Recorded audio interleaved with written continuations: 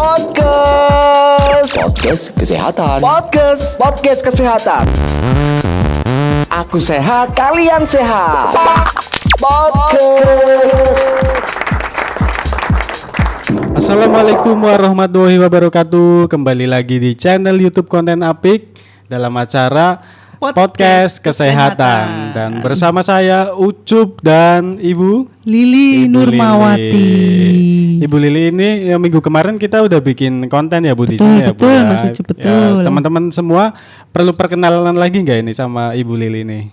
Mungkin ada yang belum kenal Ada yang ya. belum kenal Salam ya. kenal. Saya Bu Lili. Ibu Lili. Bu Lili Nurmawati tepatnya. Saya ahli gizi di rumah sakit. Di rumah sakit Dr. M. Aseri Pemalang. Ya. Untuk podcast kali ini Bu, kita itu temanya pola makan buruk atau menu tidak sehat penyebab 1 dari 5 kematian. Wow, ngeri ya Bu ya judulnya ya Bu ya. Ya, ngeri-ngeri sedap. Kenapa sih ini temanya Ngeri-ngeri itu sengering ini Bu? Ya, sebenarnya ini saya berdasarkan dari berita ya, ada jurnal ya, jurnal Lancet ya, The Lancet itu mengetengahkan bahwa 11 juta kematian di dunia itu masih didominasi oleh pola makan yang buruk, di mana secara tidak langsung pola makan yang buruk biasanya akan menyebabkan obesitas, sehingga akan terjadi penyakit. Salah satunya adalah kardiovaskuler ya. Atau jantung ya Bu ya. Ya, jantung dan pembuluh darah Mas Ucup. Ya, bisa berarti nggak cuma jantung aja, bisa jadi stroke ya. Sebagai pembunuh utama ya saat ini masih diduduki paling atas oleh penyakit kardiovaskuler. Ya, Bu, ya. Penyebabnya adalah pola makan yang buruk karena pola makan yang buruk salah satu dampaknya adalah obesitas. Nah, gitu. Pola makan yang buruk itu seperti apa ya Bu? Pola makan yang buruk, ya. Pola makan yang buruk berarti dia tidak makan atau dari susunan makanannya itu kurang beragam. Kemudian bisa jadi pola makannya itu tidak teratur, Mas Ucup. Iya. Ya, tidak teratur. Ya, itu berarti dinamakan pola makan yang buruk atau tidak sehat. Oke. Terus apa saja ini Bu dampak dari pola makan yang tidak sehat? Ya, untuk pola makan yang tidak sehat apa maksudnya yang kurang beragam mungkin ya. Kalau yang untuk kurang beragam itu biasanya bisa salah satunya nih bisa memicu defisiensi nutrisi atau defisiensi zat gizi.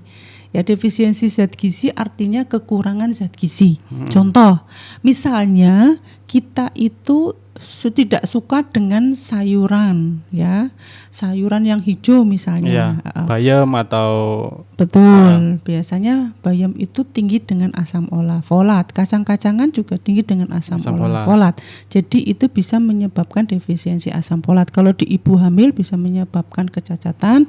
Kemudian selain asam folat, kita misalnya jarang konsumsi vitamin C, misalnya dari buah-buahan, berarti bisa menyebabkan defisiensi vitamin C misalnya ya. Itu yang paling sederhana adalah kita biasanya sering sariawan. Itu yang paling sederhana. Kalau tahap lanjutnya berarti bisa jadi metabolisme dalam tubuh itu juga tidak berjalan sebagaimana mestinya kalau kita defisiensi zat gizi. Tubuh lebih gampang terserang penyakit ya Bu. Salah satunya itu tadi imunitas terganggu. Iya. Betul. Terus yang kedua itu mengganggu, artinya menyebabkan gangguan pencernaan. Ya, kalau kemudian kita tadi balik lagi sayur dan buah itu mengandung serat ya. Kalau kita makannya kurang sayuran dan serat dan dari buah-buahan dan sayuran itu maka akan menyebabkan lingkungan pencernaan kita itu kurang baik. Jadi akan menimbulkan pertumbuhan bakteri yang tidak baik. Jadi serat itu gunanya adalah membantu proses fermentasi dalam usus. Ya, salah satunya itu.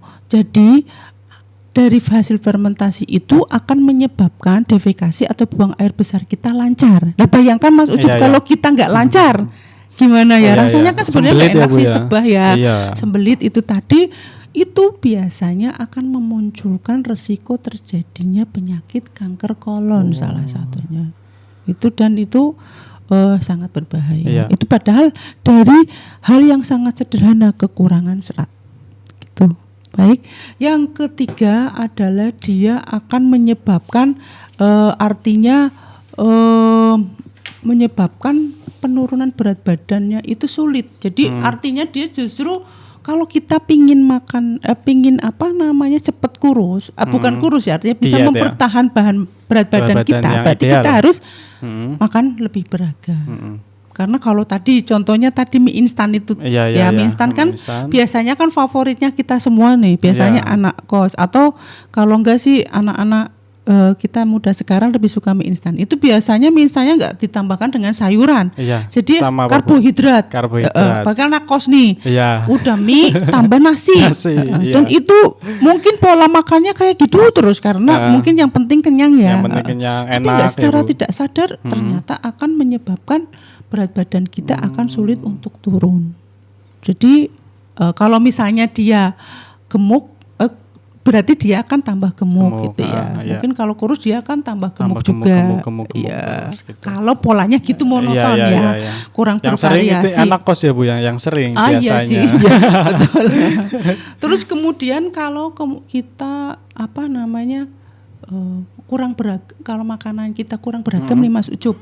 Jadi bisa kalau kita makanannya lebih beragam ya. Kalau kurang beragam berarti menyebabkan kita bosan. Kebosanan. Tapi kalau kita beragam berarti mencegah rasa bosan. Artinya memberikan mood booster. Ya, mood booster artinya jadinya kita menjadi good mood ya. Good mood, kalau mood boosternya bagus kan berarti kita bisa berkarya, bisa bahagia, bekerja dengan lebih produktif, ya wajahnya cerah ceria, seperti saya. Iya Bu ya, selalu bahagia. Alhamdulillah ya Bu. Over saya ya. Terus ya, baik Mas Ucup kita lanjutkan ya. Jadi tadi sudah sampai mencegah rasa bosan. Ya, mencegah rasa bosan. Di samping itu tadi kalau kita pola makan kita kurang beragam itu bisa menyebabkan gangguan metabolik. Gangguan metabolik itu apa ya Bu? Ya, gangguan metabolik itu terjadinya gangguan metabolisme ya dalam tubuh. Metabolisme itu berarti organ-organ tubuh itu berfungsi atau menjalankan fungsinya sebagaimana mestinya. Misalnya dalam pembentukan gula, kemudian membantu dalam mencerna karbohidrat, membantu dalam mengemulsi lemak misalnya, itu dipengaruhi oleh fungsi organ masing-masing. Itu bisa menjadi terganggu ya Bu ya? Ya, atau mungkin salah satunya adalah misal contoh ya, kan kalau organ tubuh kita itu salah satunya pankreas. Pankreas itu menghasilkan insulin. Kemudian kalau kita contohnya makanan kita terus monoton serba manis, serba karbohidrat, itu lama-lama akan insulin itu dihasilkan berlebihan. Kalau berlebihan tuh akhirnya akan menyebabkan gangguan metabolisme dalam tubuh. Jadi menimbulkan gangguan metabolik, malah justru akan menyebabkan gangguan tadi diabetes mellitus, penyakitnya bisa namanya. Menyebabkan diabetes salah ya, satunya ya. Selain itu juga kalau misalnya asupannya berupa lemak akan menyebabkan kolesterol meningkat. Kalau kemudian dia garam dan pengawet itu menyebabkan tekanan darah seperti yang sebelumnya kita pernah bahas. Selanjutnya jadi berisiko kelebihan nutrisi tertentu. Misalnya kalau kita bisa menyebabkan keracunan salah satunya. Kita biasanya ada jamu nih ya. Jamu itu misalnya kita mengobati sakit MA, biasanya digunakan kunyit putih. Ternyata secara ada beberapa bukti klinis yang menyebutkan kalau kunyit itu digunakan tidak mungkin dosisnya tidak sesuai mungkin takarannya ya Bu. Takarannya itu tidak disesuaikan dengan kebutuhan, misalnya ngarang gitu ya. Pokoknya aku mau bikin jamu kunyitnya segini yang gitu. Banyak biar tambah terus manjur ya gitu terus menerus setiap hari jangka waktu panjang itu akan menyebabkan gangguan fungsi organ hati. Walaupun itu kunyitnya itu murni kunyit, nggak campuran apa-apa Bu. Ternyata jadi nanti perannya itu nanti kita bisa bahas selanjutnya nanti karena ini bahas pola makan. Jadi di situ akan sifatnya itu pro-inflamasi. Bukan anti-inflamasi lagi. Jadi menyebabkan peradangan. Karena berlebihan ya Bu. Berlebihan. gitu. Terus ada lagi, misalnya kita makan ikan tuna nih. Ikan tuna itu terkenal bahwa dia kandungan merkurinya tinggi. Kemudian kita konsumsi tuna tiap hari itu biasanya akan menyebabkan keracunan. Ya walaupun efeknya hanya mual, muntah kayak gitu, tapi itu kan tetap mengganggu kesehatan kita. Kalau dikonsumsi setiap hari berlebihan ya. Tapi terus, kalau normal kayaknya di sini ikan tuna mahal ya. Iya. Yang aman sih ikan teri, ikan kembung gitu ya. Tapi bisa jadi kalau kita konsumsi ikan di daerah misalnya ikannya itu dihasilkan dari daerah misalnya penghasil minyak juga itu perlu diwaspadai. Karena bisa jadi udah tercemar ya Bu ya. Betul. Terus apa lagi Bu? Tadi melemahkan sistem tubuh. Yang tadi dibahas sebelumnya, tadi yang pertama karena defisiensi tadi zat gizi akhirnya menyebabkan daya tahan tubuh kita akan lemah imunitas. Kecenderungannya seperti itu. Iya. Terus ini udah ada 7 ini ya Bu ya tadi ya Bu ya. Udah ada 7 dampak dari pola makan yang kurang baik ya, kurang beragam. Terus untuk Ibu Lili, untuk penyakit yang disebabkan oleh pola makan yang tidak teratur itu apa saja ya Bu? Penyakitnya ya. Iya. Jadi ada berupa penyakitnya sih banyak, ada yang serem juga sih ya. Cuma pola makan yang tidak teratur seperti jantung koroner. Jadi biasanya jantung koroner ini serem Bu kalau jantung koroner. Iya, itu makanya tadi saya mau bilang ngeri-ngeri sedap. Semoga kita terhindar dari penyakit ini ya. Jadi pola makan tidak teratur itu salah satunya adalah jantung koroner, menyebabkan penyakit jantung koroner. Karena apa? Misalnya kita konsumsi lemak berlebihan ya, itu juga tidak teratur karena harusnya itu tubuh kita itu harus sedikit mengkonsumsi lemak. Tapi kita karena kandungan dalam hewan itu lemaknya adalah jenuh ya. Dan kolesterol juga, lemak dengan kolesterol kan berbeda ya, lemak jenuh dengan kolesterol beda. Nah itu tinggi sehingga kalau kita konsumsi ya tidak teratur artinya tidak menggunakan pola, jadi terus menerus setiap hari gitu, dikonsumsi berlebih ya itu tadi otomatis akan terjadi peningkatan kolesterol atau lemak dalam darah. Jadi konsistensi darah akan lebih kental ya, sehingga menyebabkan kerja jantung akan lebih meningkat. Pastinya itu seperti itu. Nah, yang selanjutnya kemudian adalah bisa menyebabkan stres dan kelelahan. Jadi pada suatu jurnal itu dalam jangka pendek pola makan yang tidak teratur itu dapat mengakibatkan stres, kelelahan dan kemampuan tidak bekerja itu kurang. Jadi itu ada di jurnal ya, Bu? The Risk of Poor Nutrition itu ada. Jadi di Australia ya. Jadi pemerintah Australia itu menerbitkan ini bahwa memberitahukan bahwa nutrisi yang buruk atau tadi pola makan yang tidak teratur itu bisa menyebabkan stres, kelelahan dan kemampuan kita untuk bekerja itu berkurang. Jadi tapi seiring dengan waktu. Iya. Kemudian ada lagi nggak Bu? Ada lagi, ada 8 ini. Ada 8, terus ya. Kalau ini mungkin terjadinya salah satunya tadi zaman dahulu sih, mungkin sekarang sudah jarang ya yang orang penyakitan kudis ya. Kudis. Ya, malnutrisi. Jarang nemu sih Bu. Iya, tapi mungkin kalau kayak di daerah-daerah kayak Gunung Kidul kayak gitu ya mungkin masih ada karena mereka kan maamnya gaplek. Ya, artinya masih poor nutrition, bukan. Artinya sumber karbohidratnya masih mengandalkan cuma singkong kemudian tanpa tiwul gitu ya. Nasi tiwul. Jadi itu terkenal bahwa tiwul itu miskin zat gizi. Jadi akhirnya menyebabkan ya tadi kembali lagi defisiensi zat gizi ya, terutama protein sehingga kemampuan untuk mekanisme tubuh untuk mencegah penyakit infeksi akan berkurang. Ya karena jadi mudah terserang penyakit ya, Bu, kulit ya seperti itu. Terus kemudian terjadi mereka juga daerah Gunung Kidul itu mungkin sekarang sudah udah berkurang sih ya. Kalau zaman perang dulu, zaman perang itu biasanya ini kayak scurvy gitu sariawan gara-gara mereka itu kan pola makannya tanpa sayur buah-buahannya makanan itu aja. Akhirnya prajuritnya itu zamannya perang dunia kedua itu prajuritnya mengalami banyak yang scurvy atau sariawan.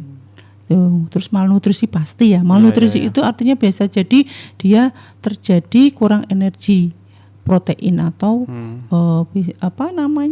underweight, kurus gitu ya. Terus selanjutnya itu bisa menyebabkan yang dari kemarin kita bahas itu Mas Ucup. Jadi kayak penyakit diabetes tipe 2. Ya, perlu diketahui juga nih teman-teman.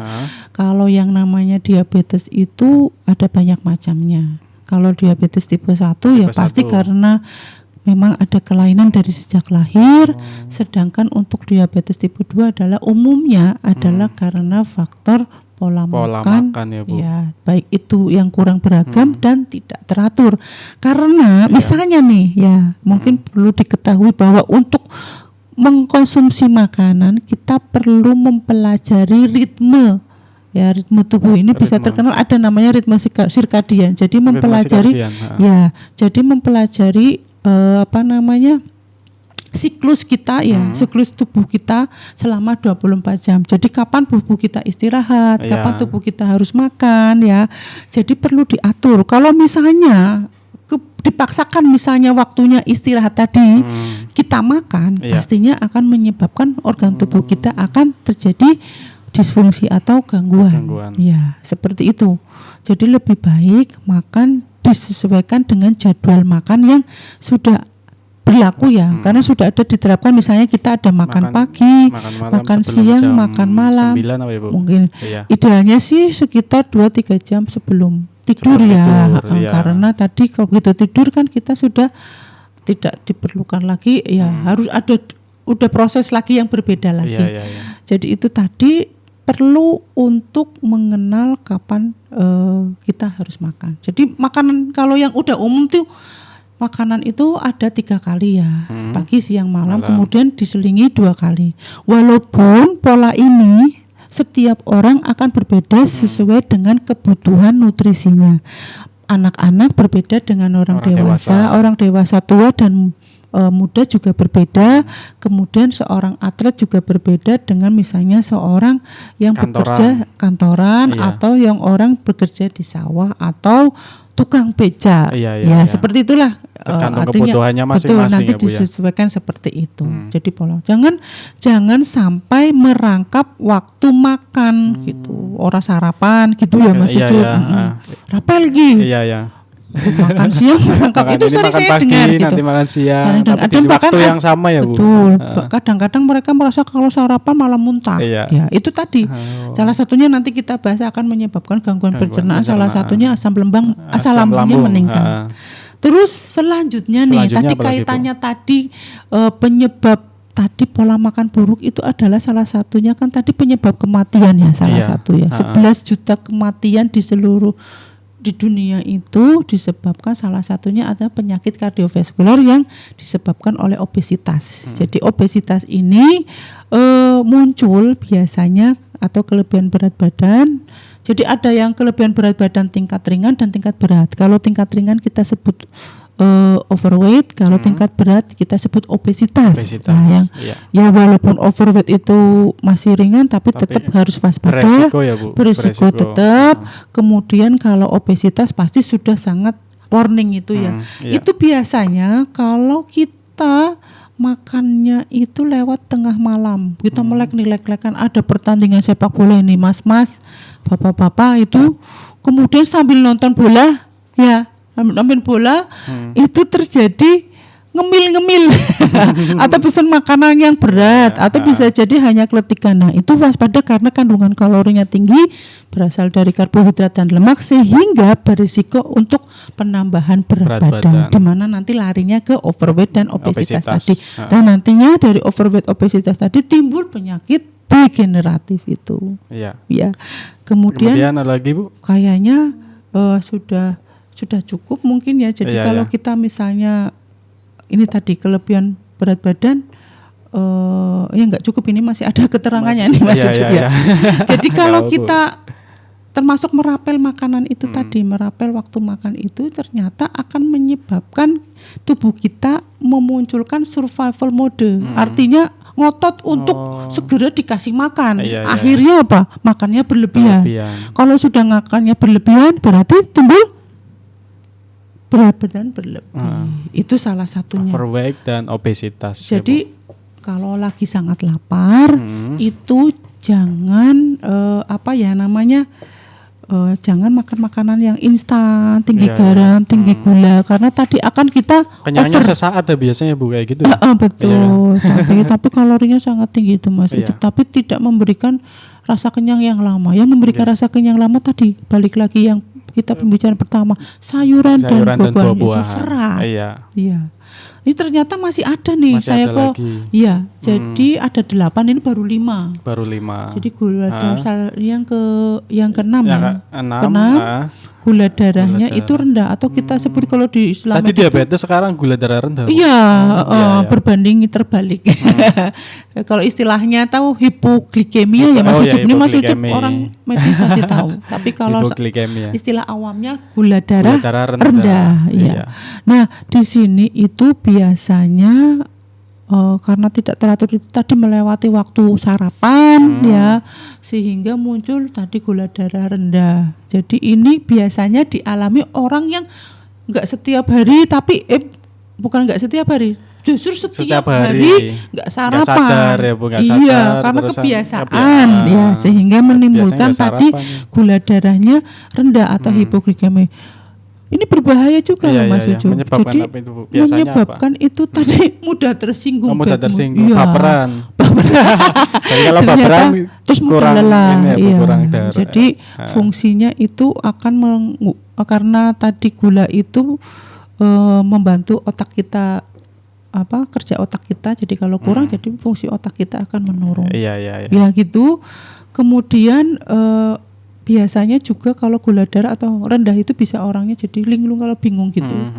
Ya, terus ini yang ke-7 gangguan pencernaan tadi yang saya sebutkan sebelumnya menyebabkan asam lambung. Ya, itu kita biasanya penyakit yang umumnya diderita kebanyakan perempuan biasanya ibu-ibu yang asam lambungnya meningkat katanya sih ya. Karena kenapa Ibu kenapa kok makanya nggak teratur 2 anak cilik gitu ya. Jadi akhirnya nggak kober katanya ya.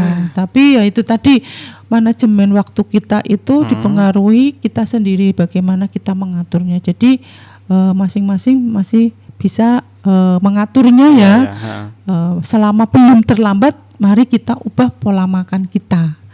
Terus yang terakhir itu menyebabkan kalau kita pola makan teratur malah tidak teratur itu malah sering ngemil. Iya, karena apa? Rasanya lapar terus. Iya. Jadinya malah ngemil. Jadi cemilan itu cenderungnya akan tinggi karbohidrat dan tinggi lemak dan miskin dengan vitamin, mineral, protein serta serat.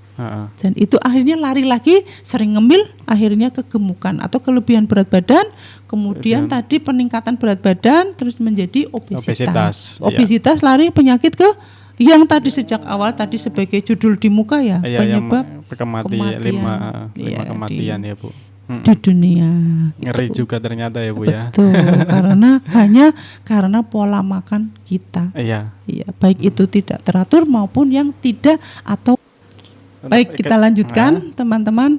Jadi di sini dari kita pembicaraan berdua ya Mas Ucup ya tentang pola makan. Jadi ada baiknya yang sudah menjalankan pola makan yang sudah sehat, terus baik ya dipertahankan. Kemudian yang belum, yuk mulai saat ini kita perbaiki karena dampaknya adalah tidak hari ini tapi beberapa tahun atau puluhan tahun mendatang. Jadi tidak kita rasakan hari ini, tapi manfaatnya bisa kita rasakan seumur hidup. Oke, jadi di sini saya akan memberikan highlight. Jadi artinya kalau pola makan kita tadi buruk ya Mas Ucup. Ya, jadi salah satunya kalau tidak kurang beragam itu pasti akan menyebabkan kekurangan zat gizi. Ya, kemudian gangguan pencernaan, kemudian bisa terjadi risiko beberapa penyakit yaitu tadi salah satunya jantung koroner, kemudian diabetes mellitus, kemudian gangguan lambung, kemudian ya tadi justru malah menambah berat badan. Jadi jauh-jauh deh kalau orang berpikir yang namanya men-skip makanan jadi langsing nggak ada ya, tapi malah justru akan terjadi peningkatan berat badan karena tadi apa? Akan muncul survival mode. Jadi tubuh akan ngotot untuk makan berlebih ya. Jadi cenderungnya akan meningkatkan berat badan kita. Untuk teman-teman, demikian podcast kita hari ini. Kita sudah belajar banyak nih sama Ibu Lili ya Bu, mengenai tadi pola makan yang buruk seperti apa, kemudian dampak-dampak dari pola makan yang kurang baik, terusan ada penyakit-penyakit apa saja yang sudah penyakit apa saja yang ditimbulkan jika kita tidak melakukan pola makan yang ini ya Bu, yang baik ya. Nah untuk teman-teman barangkali ada pertanyaan silakan bisa ditulis di komentar ya Bu ya. Untuk teman-teman silakan bisa tulis di komentar. Jangan lupa teman-teman. Iya. Dan saya Ucup. Saya Lili. Ya, mengucapkan terima kasih untuk teman-teman yang sudah nonton. Kurangi manis karena kita sudah manis. Assalamualaikum warahmatullahi wabarakatuh.